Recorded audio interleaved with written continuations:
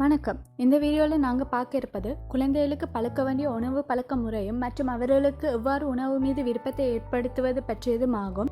வீடியோக்குள்ளே போகிறதுக்கு முன்னாடி எங்களோட சேனலை சப்ஸ்கிரைப் பண்ணாதவங்க சப்ஸ்கிரைப் பண்ணுங்க. அப்படியே சப்ஸ்கிரைப் பண்ணவங்க பெல் பட்டனை அமுத்துங்க. நாங்கள் போடுற வீடியோ உங்களுக்கு நோட்டிஃபிகேஷனாக உடனுக்குடனே வரும். இந்த வீடியோ பிடித்திருந்தால் லைக் பட்டனை கிளிக் பண்ணுங்கள். வாங்க வீடியோக்குள்ளே போகலாம். இன்றைய காலகட்டத்தில் அதிகளவில் ஃபாஸ்ட் ஃபுட்டை உள்ளெடுத்து சென்று கொண்டிருக்காங்க. அதிகளவான மாப்பொருளும் அதிகளவான இனிப்பு சுவையும் கொண்ட உணவே ஃபாஸ்ட் ஃபுட் ஆகும். அளவுக்கு மிஞ்சினால் அமுதமும் நஞ்சு. எனவே அளவுக்கு அதிகமான மாப்பொருளும் அளவுக்கு அதிகமான இனிப்பு சுவையும் கொண்ட உணவு உடலுக்கு கேடை விளைவிக்கக்கூடியது. இதனால் வயதுக்கு மீறிய உடல் பருமன் மற்றும் கேன்சர்ஸ் போன்ற நோய்கள் ஏற்படுவதற்கான சாத்தியங்கள் அதிகளவில் காணப்படுகிறது. எனவே குழந்தைகளுக்கு ஃபாஸ்ட் ஃபுட்டை கொடுப்பதை தவிர்த்து கொள்ளவும். குழந்தைகளுக்கு வீட்டில் சமைத்த ஆரோக்கியமான போஷணமிக்க உணவுகளை கொடுத்தல் சால சிறந்ததாகும். எங்கட நாட்டில் அரிசிமா கோதுமைமா போன்ற உணவுகளை அதிக அளவில் உள்ளெடுக்கப்படுகிறது.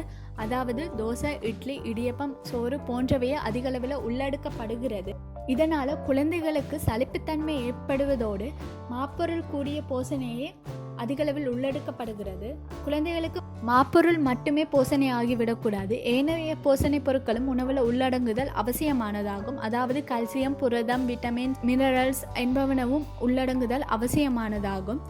அதாவது நீங்கள் சோறில் மசித்த சோறை குழந்தைக்கு கொடுக்கும்போது மினரல்ஸ், கனியுப்புகள் கொண்ட கீரை வகைகளை உள்ளடக்குதலும் மற்றும் சிறிய மீன்கள் கொண்ட, அதாவது புரதங்கள், விட்டமின் கொண்ட சுவையை ஊட்டக்கூடிய சிறிய மீன்களை உள்ளடக்குதல் மிகச் சிறந்ததாகும்.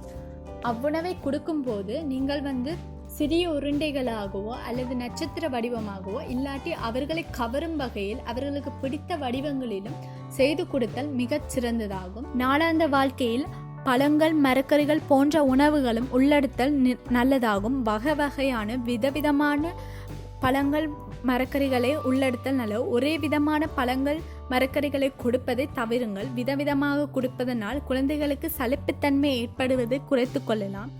கொழுப்பு உணவுகளான பால், தயிர், யோகர்ட் போன்றவற்றை உள்ளடக்குவது நல்லது.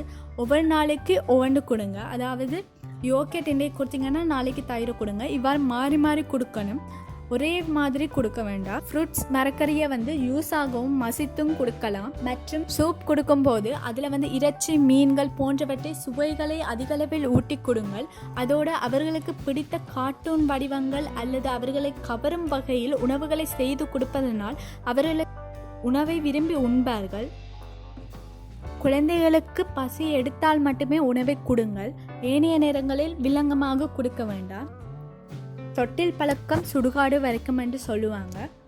சிறிய வயதிலே ஃபாஸ்ட் ஃபுட்டை கொடுத்து நாங்கள் பழக்கிவிட்டால் அவர்கள் வளர்ந்ததுக்கப்புறமும் ஃபாஸ்ட் ஃபுட்டையே நாடுவார்கள். இதனால் அவர்களின் ஆரோக்கியம் கெட்டுவிடும். அதற்கு நாங்களே மூலாதாரம் விட்டுவிட்டதாக இருக்கும். எனவே வீட்டில் சமைத்த ஆரோக்கியமான போஷணமிக்க உணவுகளை அவர்களுக்கு கொடுத்து பழக்குவோம் என கூறிக்கொண்டு அடுத்த வீடியோவில் உங்களை சந்திக்கிறேன். நன்றி, வணக்கம்.